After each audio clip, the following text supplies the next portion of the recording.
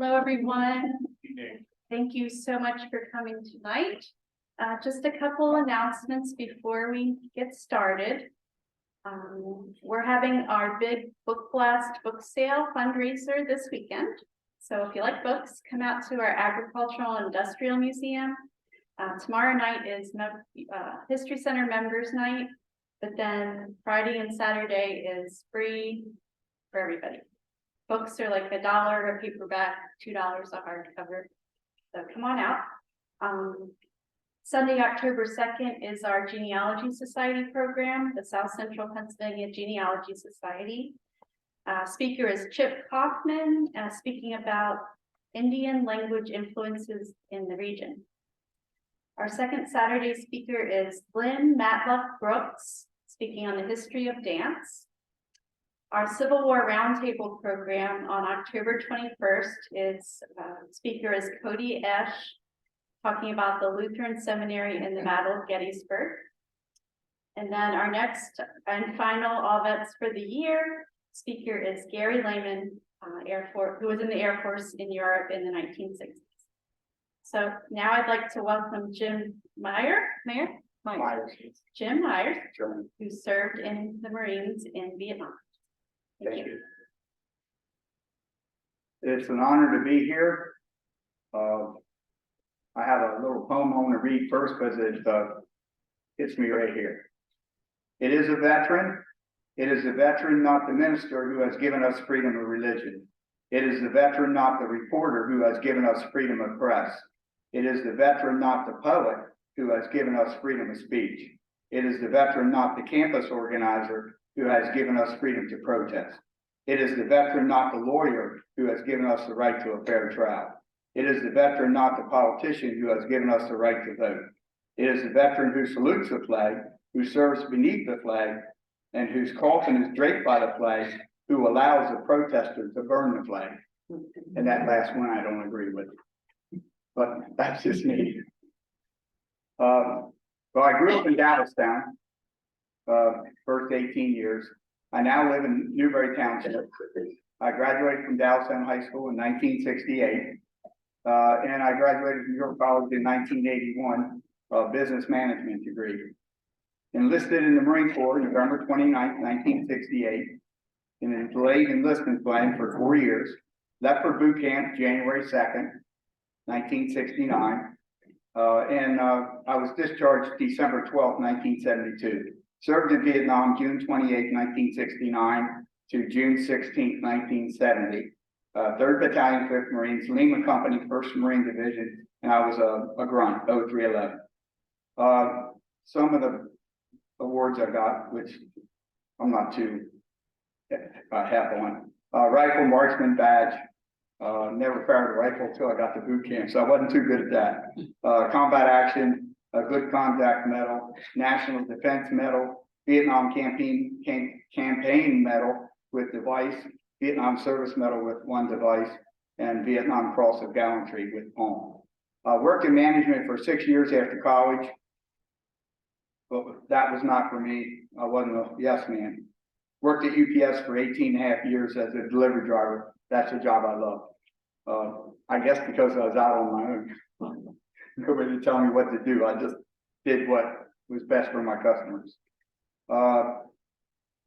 Played golf since 1979. Had to really work at it at first because I think it took me 2 years to break 100. I ran competitive. I have 48 awards at home with knee problems. I have artificial knees now, so I can't run a mile without stopping to walk a little bit. So, and I don't want to ruin my, artificial knees because they didn't cost me anything. So I'm lucky. Married for 46 years.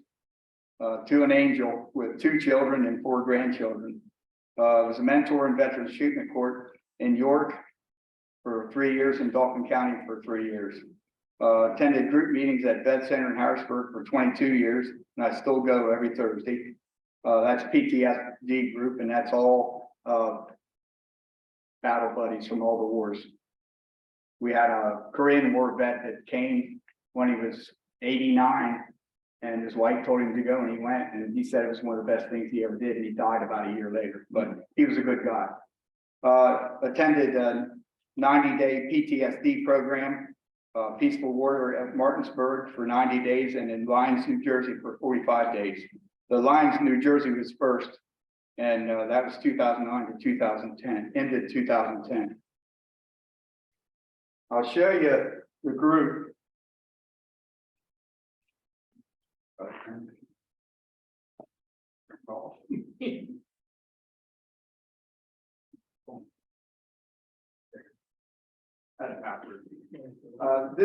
This group of guys down here, that was Lyons, New Jersey, and this one here was Lyons, New Jersey.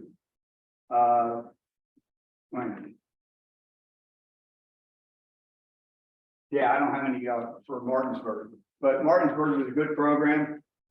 So was Lyons. It's where I turned my life around, and I had to do a lot of work to get back to where I needed to be. I got to get a drink.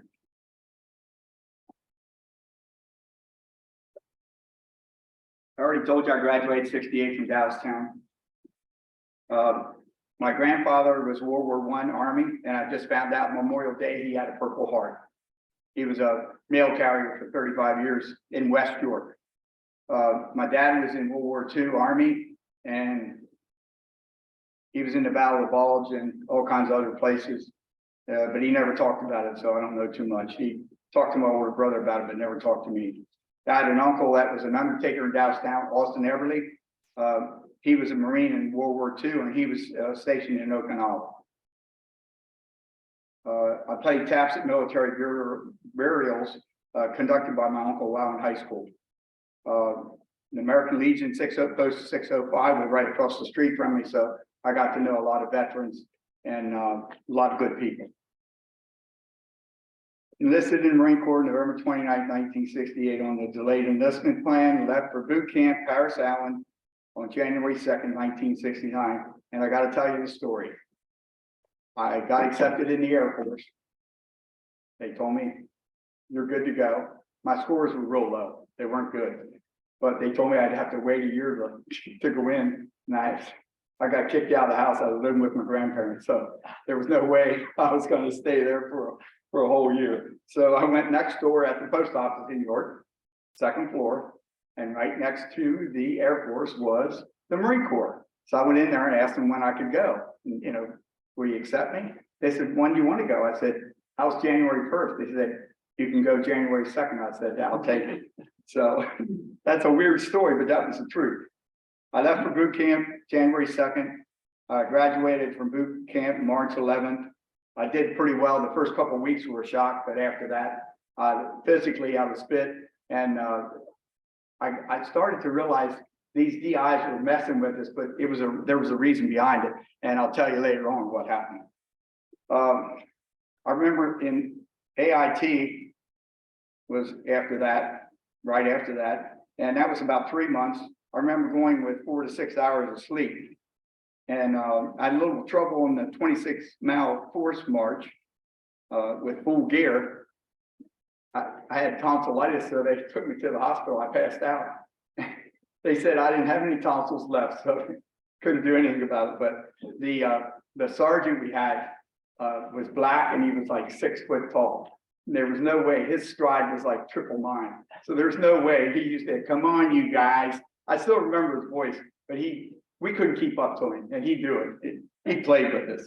But graduated in May from AIT, went home for a 10-day leave, left for the West Coast in June and made PFC. But the reason they deprived us of sleep, because when we went to Vietnam, we weren't going to get much sleep a lot of nights. We were up 100%. So, but I didn't know that at that time. Arrived in Nam June 28, 1969, went through orientation for 3 to 5 days near Da Nang. Was a little mixed up with some of the stuff they told us. They told us we couldn't have a round in our rifle. And I thought, well, why? I mean, until you get a round in there, till the time it takes you, you could be dead. So this was my rule. I had my own rule. Round in the chamber, but rifle always on safe. And another rule they told us too was, if you see Charlie shooting at you, or if you see Charlie out there, you can't shoot him until he shoots you first. I mean, that didn't make any sense to me either, so I didn't go by that rule either. Sorry, but I was gonna stay alive. So I was sent to my unit, 3rd Battalion, 5th Marines, Lima Company, 1st Marine Division, during, okay, that's it for that. It was in Quang Nam Province. Show you where that's at.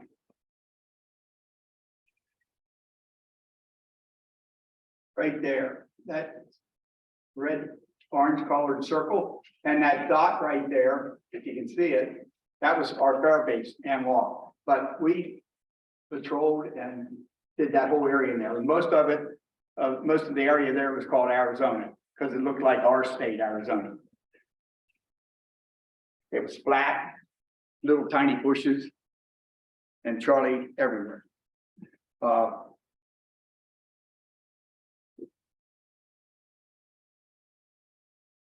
lost my place. Okay.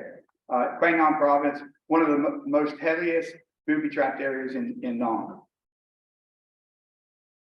And I wondered, what did I get myself into? I was worried.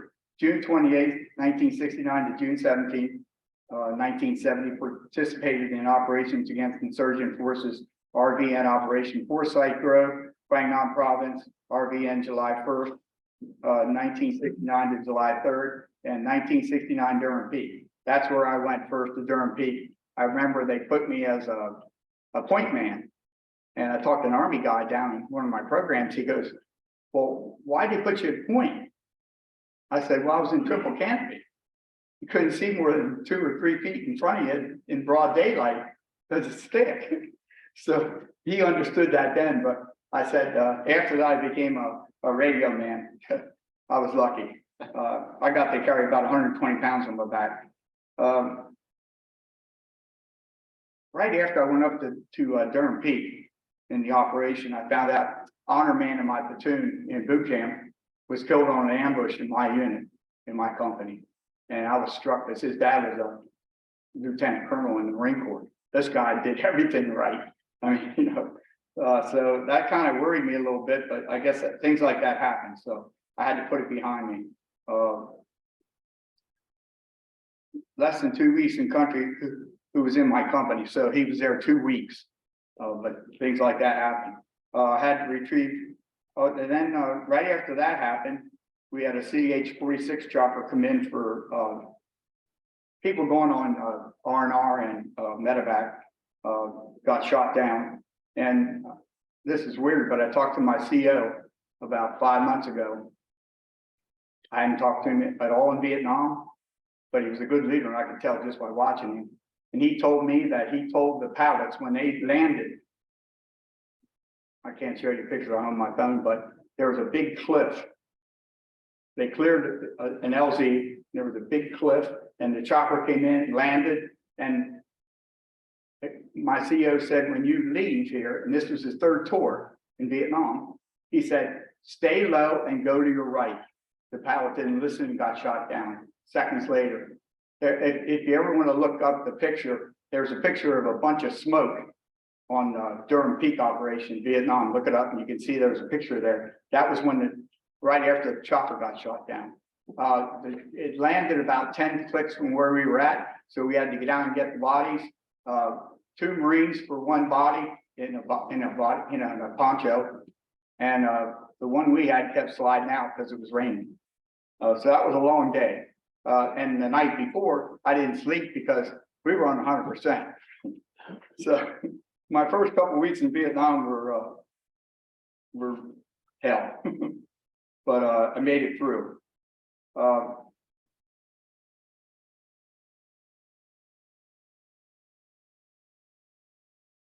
We ate long rats in the mountains because they were a lot lighter to carry than sea rats, because sea rats, you know, you have cans and stuff. So I kind of like the long rats. It's something different, but I wasn't there that long. So I was a point man at first for about 3 weeks. We were driving along the mountains through mostly triple canopy. And after that, I was a radio man for about 3 months. As a radio man, I carried 2 extra batteries, 4C rations, claymore mine, tripwire, gas mask, grenades, flares, poncho, and liner. The liner was my favorite thing to lay on. I'll tell you later why. Socks, green t-shirts, 2 to 4 canteens of water, 15 magazines with 18 rounds in each, because M16's jammed up. You didn't put 20 rounds in each magazine, only 18. Rubber mattress, or excuse my language, a rubber bitch. That's what we call it. Okay. And no, nothing against the women here.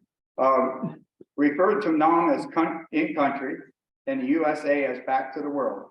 In September, NAM is part of the monsoon season with lots of rain. Average temperature is 95 degrees and low is 78 with extreme, I'm going to repeat that, extreme humidity. It was just unreal. Of course, at 18, 19 years old, I think he minded it more than some of the older guys. I'm not sure. But after the mountain hops, we went on in-country R&R, which was nice. We got steak, beer. He didn't get hot meals out in the bush. I told one guy that was in the Army, I said, why would you want a hot meal in Vietnam? And so I thought that was kind of crazy. So, but I guess they liked it. I wouldn't have wanted it. But it was nice, 3 days.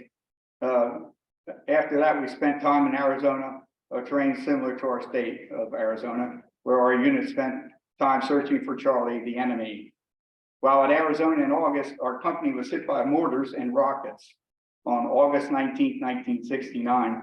That's the same day my grandson, who is now 17, he was born on that day. So I honor Speedy. The other guys are up on the board. I don't remember them so much, but Speedy, I was close to him. That was in the foxhole next to me, to my left. It took a direct hit by a B-140 rocket, which is about 10, 12 feet long. I mean, and they took a direct hit. 3 guys were killed, KIA, and 2 WIAs. And this is a story. When the medic got over there, Speedy told the guy to take care of the other guys, that he wasn't hurt as bad. And that was a lie, because he was hurt worse than the rest of them. But that's just the way Speedy was. After they died, the morale of our company sunk to the lowest since I'd been there. And it never got that low after that either. And I was there for a whole 9 months after that. So it tells you how tragic that was. We spent most of the fall months in Arizona. Road security on Highway 1, close to the Liberty Bridge. After the rocket attack, our company moved every other day. Before that, we stayed in one location 3 days. But I told you my CO was smart. And I found out why he was smart. It was his 3rd tour. And before he came over for his 3rd tour, he went to language school. He learned Vietnamese. And when I talked to him on the phone, I'll tell you later, but I'll tell you this much. He learned politics and avoided the politics on his 3rd tour. And we only lost about maybe 10 guys killed in the 4 or 5 months he served before his 6 months was up, because officers only did 6 months. I knew some of the things he was doing was smart, but at that time I didn't realize how smart they were. He was concerned and he thought about us, he cared about us. And that meant a lot to me. Most days went by slowly. We played cards sometimes, but not too often. But we stayed focused on our mission. Usually you went on an ambush once or twice in 2 or 3 days, and you were always going out for patrols. You had to patrol the area. And when you went out on a patrol, you had a scout dog and a scout person handling that dog. And then in front of them, there was a Vietnamese scout that knew the area, okay? They never went behind us. They always were walking in front of us. So yeah, don't forget that point. I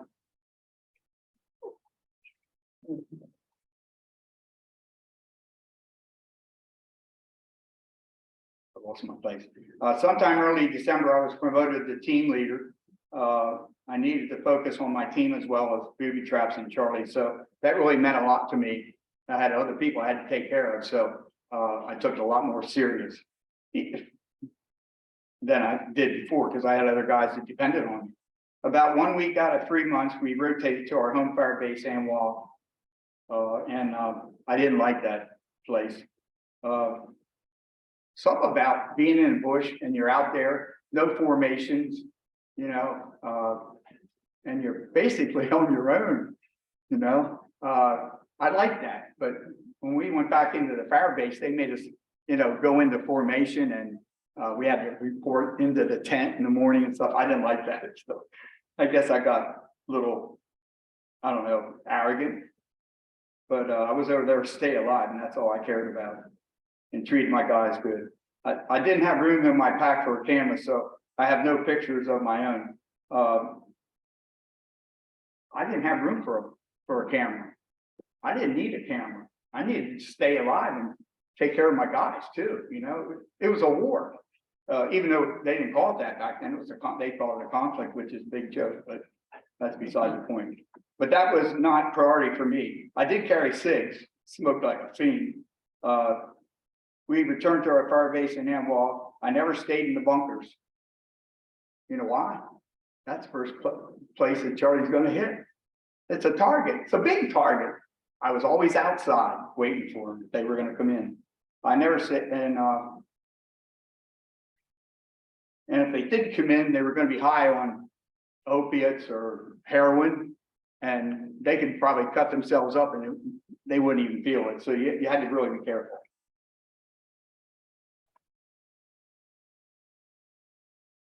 I was promoted to Lance Corporal. You get that? I got to be a team leader in December. Now I'm promoted to Lance Corporal in January. That's how they worked it. They save money. In February, I went on R&R to Australia. However, I was supposed to go to Bangkok, but a lieutenant was killed, so I took his place, which was very creepy. I felt bad about it a couple of days before I left. The 6 days there were great. I got, my mom did call me, or I called her, and she kept forgetting to say over after every statement she made. So then I could talk to her, but it was funny. She was all nervous. But I had 3 women down there, and they were all beautiful. And it was just, it's a beautiful place. But I got to tell you this story because I feel bad about it, but I'm an honest person. When I got there, I went into a bar, and I still remember how much a beer was, a draft, 11 cents, right? So this guy came up to me and says, "Hey, my brother's in the hospital. I need $300 right now. Can you give it to me? And I'll pay you back. I'll come back and give it to you once I go to the back." So I gave it to him, and the bartender come up to me. He goes, "You know, you're not getting that money back." I was naive, you know, 19 years old, but I had that heart, you know. So I went back to my motel. Guy found out about what happened to me. He gave me $300. He was another Marine. Yeah, so it really worked out pretty good. I did get dysentery about 6 or 8 times and lost a lot of weight. It was no fun. But it is what it is. In March sometime, I thought I had malaria, but every time I went to our foreman, our battalion foreman, he was I didn't like him. My temperature was below 98.6. And that's when you have malaria, it'll fluctuate and you have to catch it at the right time. So they took my temperature again, and then finally they got it at 105, 106. And when I was waiting on the chopper, I had my field jacket on and I was freezing to death. I was cold, so it was weird. But I spent 35 days on the hospital ship. Every 2 or 3 hours or 4 hours, they gave you pills to take, or shots, I forget. I think it was pills. And they had me in ice a lot too. So I didn't get too much sleep on that ship. I contracted the most serious malaria, which was falciparum. And the other kind I got in Okinawa on my way back to the States. And that's falciparum and 5X. But I didn't know I had the malaria till I got back to down to my base at the Naval Security Station in DC. I passed out on guard duty, and then they told me I had malaria and took me in the hospital for another 35 days. So, but after returning to my unit, we went on another battalion operation where we discovered a large stash of weapons, including SKS rifles and other weapons and ammo. I was given an SKS and had it red tagged to go to the rear. I was all excited. We found out later they were stolen by somebody in the rear, so I didn't get my SKS, but it was no big deal. We had more casualties from booby traps than any other. Booby traps were everywhere. A Marine that was short was a person with 90 days or less in country, and they usually put it on the front of their helmet. Some Marines asked me why I didn't display my numbers on my helmet, and I replied that I was focusing on getting through each day so I could make it back to the world. In late April 1970, we were on a hill, which I think was Hill 25. We had a green CO, company commander, who was never in the bush and was busting down on people, getting petty. One day after we moved on this hill, we thought we had incoming, but moments later we found out it was a fragging. The XO and staffers enlisted were WIA. We thought the target was the CO. Never found out who did it, but I had a good idea who it was. It was a private. He was 6'4", but we can never prove it. We think he threw it and then went in the head. Okay, and that's all enclosed. But nobody pushed the issue. June 1970 was my time to go home. I felt good but guilty that many men didn't make it home. I had 30 days leave and was drunk probably every day. I had made it home, but felt like I was 35 years old, not 20. Vietnam had changed my life by appreciating life, water, food, and the quality of life. The Vietnamese people were so humble. If you know the history of Vietnam, they've been around for over 1,000 years. They were controlled by China for 900 and the French for 100. So what's left? You know, I mean, they had the VC and the NVA attack them at nighttime, and we were getting on in the daytime. I didn't do that because I knew they weren't going to say anything or do anything, because if they did, they'd pay for it at nighttime. My next duty station was a Naval Security Station in Northwest DC, which was guard duty, which I did not like, and I needed drink of water. I don't want to lose my place.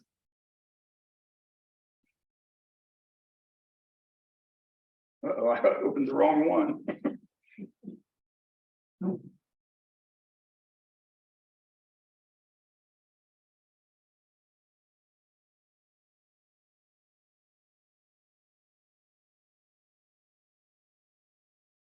All Marines were combat veterans from NOM and were E4s and E5s. We had, I think, 1 or 2 E3s. I was promoted to corporal August 1970. Was on the duty station for a year and a half. Never talked or heard anyone else talk about NOM, and that's honest to goodness truth for me. We had 2 suicides on base who were guards like me, who shot themselves in the temple with their 45. I found the second suicide and asked my CO for a transfer because I was seeing his face in my sleep. And I knew I was real close to everybody down there. 1 month later, I was transferred, and my CO really didn't like me. He was a Mustanger. I think he was a gunny sergeant and got promoted as an officer. But I got caught reading the magazine one night, one time in a year and a half, and they held that against me. I didn't think that was right, but it is what it is. My next duty station was a ship, the BLT. I did not like ships, which was off the coast of Laos. Days later, Laos had an uprising, and I thought, here we go again, but it didn't happen, thank God.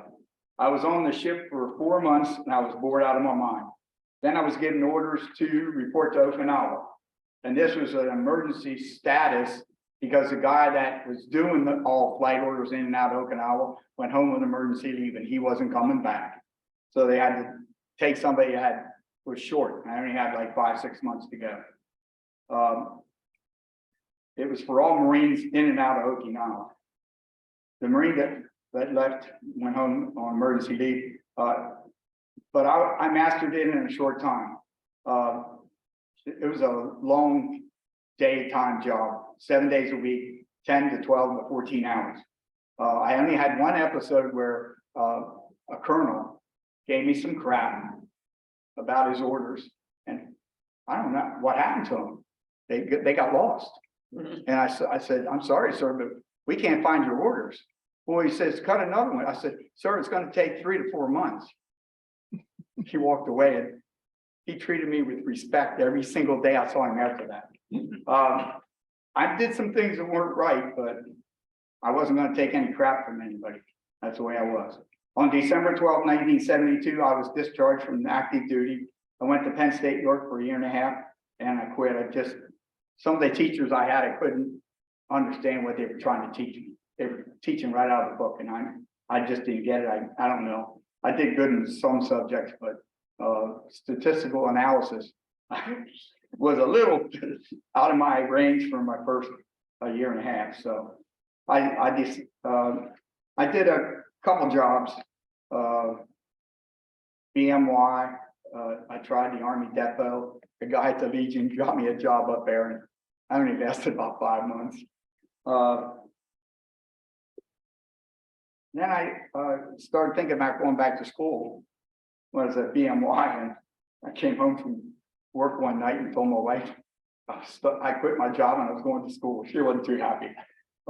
Went full time in January 1980 and graduated in December 1981 with a BS in business management. I worked my butt off because I didn't study in high school. Worked in management for 6 years, but that wasn't for me. Not a yes man. Shortly afterwards, I got hired at UPS, and I really liked that job. But I worked as a Christmas helper. I worked in the building, and then I went out driving. So I worked my way up. I learned every single job in there, and I thought I did a good job as a driver, but the company thought I did too much for the customer. So I guess you can do that because you're on the time clock from the time you leave. And if you hit a red light, that counts against you, believe it or not. So they tell you how good or bad you did the day before. I didn't like that part. I just read the paper and then walk away. I did that till I was 55.5, and then I applied for 100% VA. But I have a son and a daughter. My daughter was a heroin addict for 20 years. She's now clean for almost 2 years. And my son, he's doing pretty good. He's pretty smart. And my grandson's playing football for Red Lamb, so I'm happy for him. I do want to show you some other people. Hopefully I got that story I want to tell you.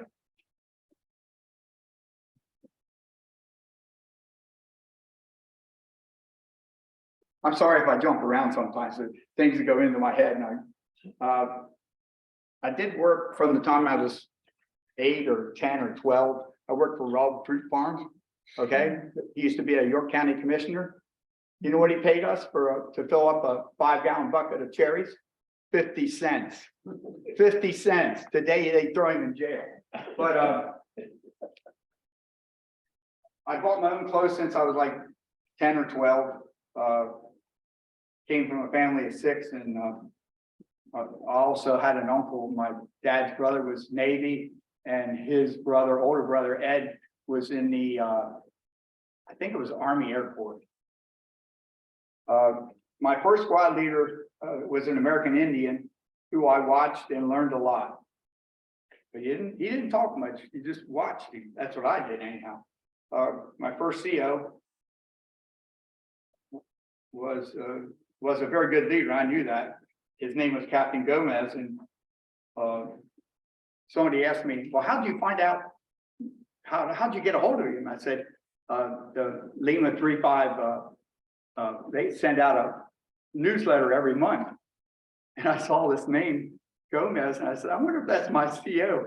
By golly, I called the number and his wife answered, and he called me back. We talked for an hour and 40 minutes. Yeah, so, I just told him how much I appreciate him. I'll tell you that in a little while here. But my platoon sergeant.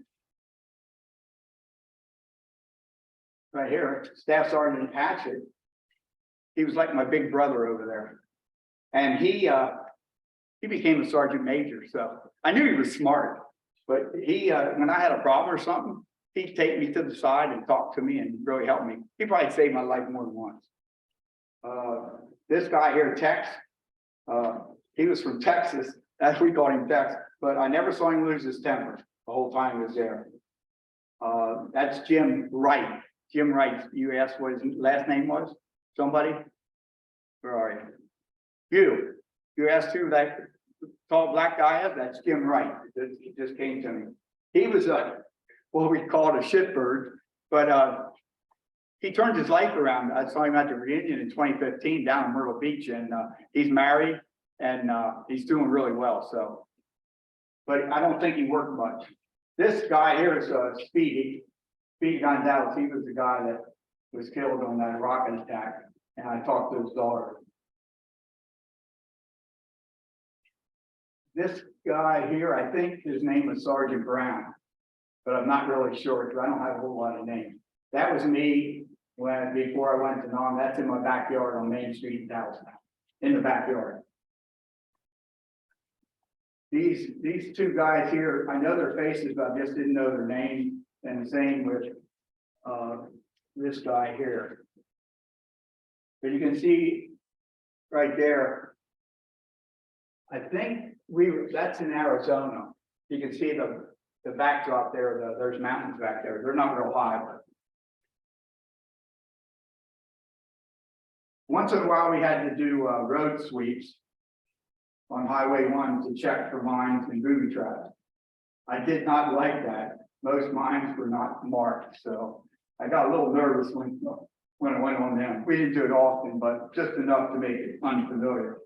Most booby traps were marked on the trails in the bush, so the villagers knew to avoid them, but not on the roads, so they didn't go on the roads.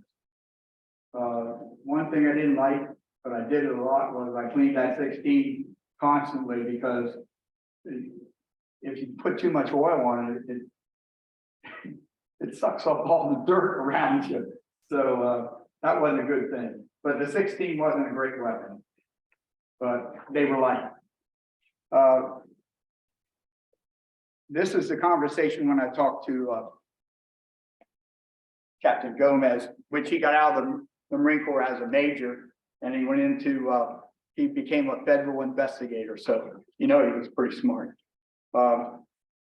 When we left Durham Peak up in the mountains, he walked point at nighttime to get off the mountain. And we couldn't ask for a chopper. We just had one shot down. And the rocket attack, August 19th, 1969. After that, I already said this, but we moved every other day instead of every 3 days. And one of my favorite, closest friends was my staff sergeant. And he passed away sometime. I can't find out when, but he's now passed away. Does anybody have any questions? I did tell my CO that his time, because of your understanding leadership, I was grateful and honored to serve under his command. So I let him know that. But he has Parkinson's disease. I have diabetes, so it just seems like every guy that's over there got something, you know. But that's about it. Anybody have any questions? And I do have some leathernecks up here. I'm looking for Speedy. They say there's an article about him in the leatherneck, but I bought 6 of them so far. I better not crush my luck. You might see my obituary in the paper. No, I'm just kidding. But my wife understands. She does a lot of things for me. Yes. So did you ever make it over to Marble Mount? No, but I saw the lights almost every night when we were out in the bush. No, but I did talk to a guy at my church, Rich. I don't know his last name. he was at Marble Mountain Air Wing Marine Corps for 18 months. So, yes, Where did you go to basic and AIT? Paris Allen for basic, and AIT was Camp Geiger, North Carolina.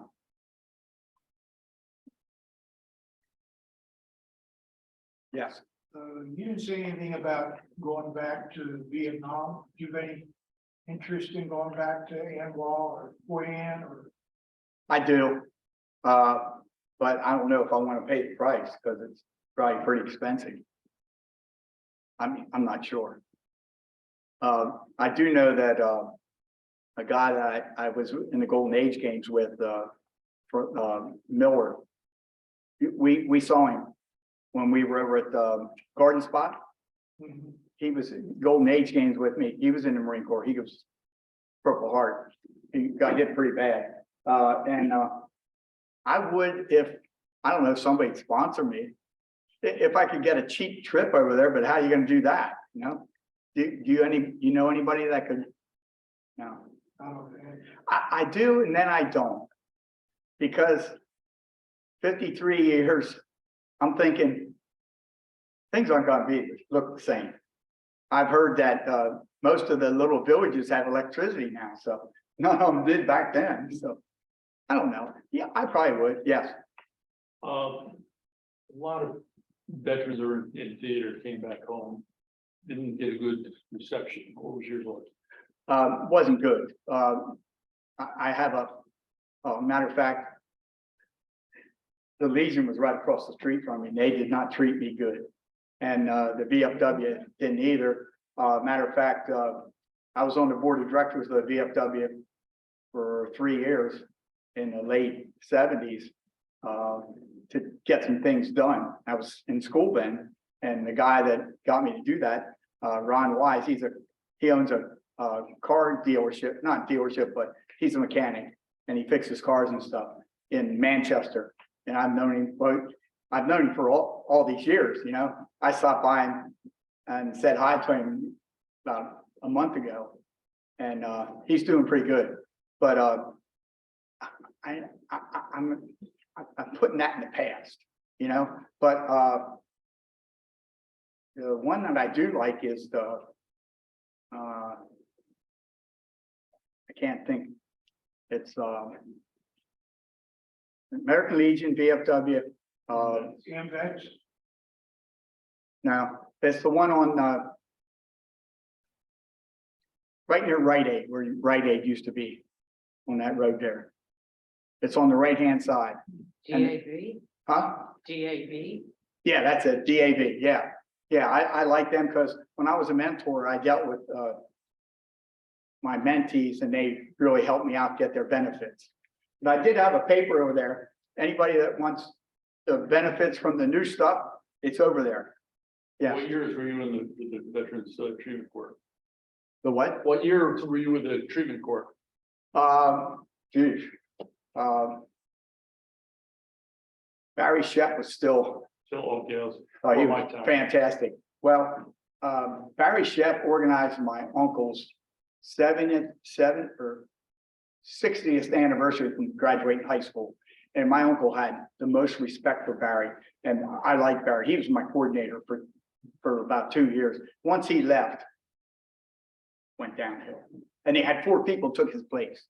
So he was outstanding. And I don't say that word too much, but that's a Marine Corps way up there. Yeah, I enjoyed helping veterans, but there's rules I don't like. For instance, in Dauphin County, they have a team of 5 people or 6, and one's a veteran, and he was only in the Guard, but he was in combat, so it's one of those things. Why did you wind up in the Dolphin Corps? Because York kicked me out after Barry left. Yeah, Skip Wills.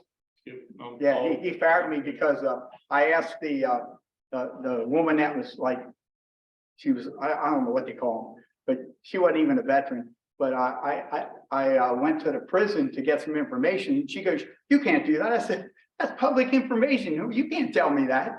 So I guess she went crying to him, he told me, oh, we don't need you anymore. I said, fine. Up to Harrisburg I went, so.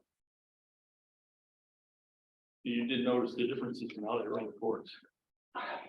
You know, after Barry left, I did, because they didn't know what they were doing. When I got up there, Chuck, I just saw him on Saturday.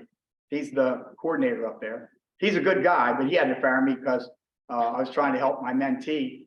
He had a problem urinating. Okay, and we were at the work release and they were taking, I guess, the blood test from him or whatever, right? No, piss test. And I said, well, I was waiting there for him for 2 hours. I said, there's got to be something wrong with it. So I told the judge, and nope, I can't do that. So bye-bye, I went again. All about it. Yeah, but I did enjoy the 3 years in York. Well, in York until Barry left, and then it was haywire. But Chuck is a good coordinator, I have to admit that.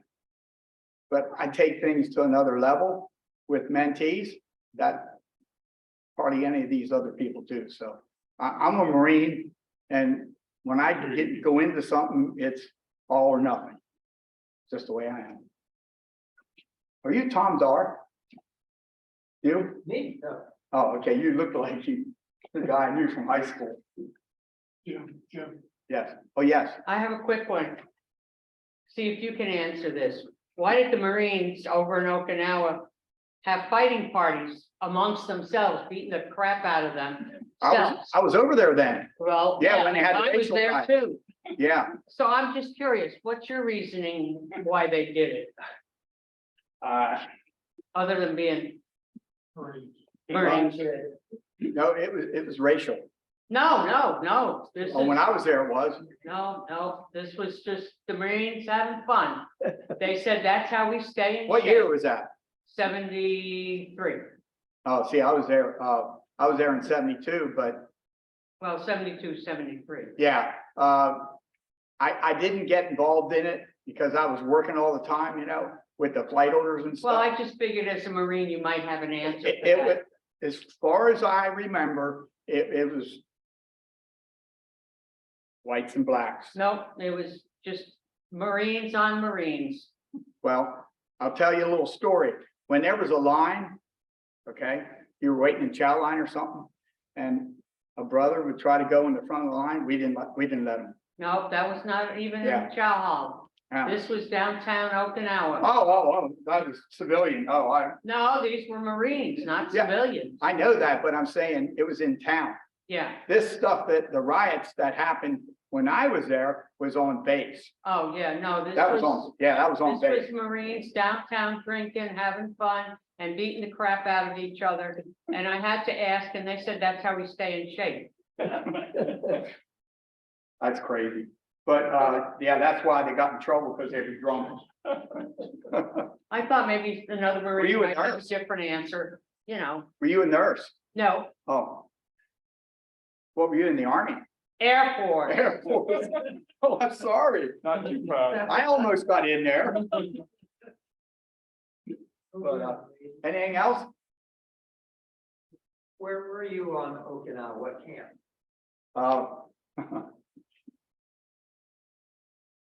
Don't say Hanson. Yeah, Camp Hanson, and there was a village out there, Kinville. Kin. Kinville, Yeah, that was it. That's the one. Yep. And when I got there, I didn't know this till I got there. If you got caught smoking marijuana, which I didn't smoke, okay, but if you got caught, it was life in prison. That was in the law changed when the Japanese took over. So believe me, I stuck to liquor, but I never smoked marijuana. Well, one time they stuck a joint in my mouth when we were going to R&R. I said, I don't smoke. They said, you do now. Stuck it in my mouth, and I took a couple totes, and that's why it didn't do anything to me. So the next day when we were on the beach, I think I got a little high from it, but I never smoked in the bush and didn't even think about doing it there. Thanks for your attention, and Thank you. yeah, you're welcome.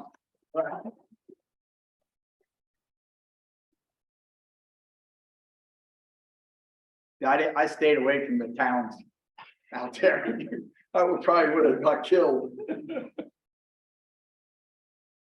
Coffee and cookies